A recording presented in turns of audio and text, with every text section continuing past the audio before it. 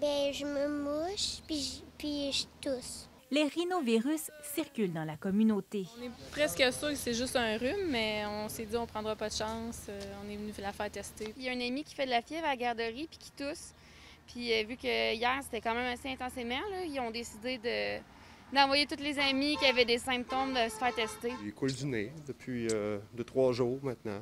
Fièvre, mal de gorge, nez qui coule, de nombreux enfants viennent passer le test de dépistage à la clinique de Trois-Rivières. C'est que les symptômes du rhume s'apparentent à ceux de la COVID-19.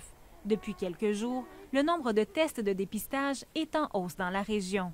Mon fils est au camp de jour, il a commencé à avoir mal à la gorge, puis là c'est moi, puis regarde, socialement, on n'a comme pas vraiment le choix. Le CIUS de la Mauricie et du centre du Québec recommande de prendre rendez-vous lorsqu'on présente des symptômes grippaux. Même en cas de doute, mieux vaut ne prendre aucune chance.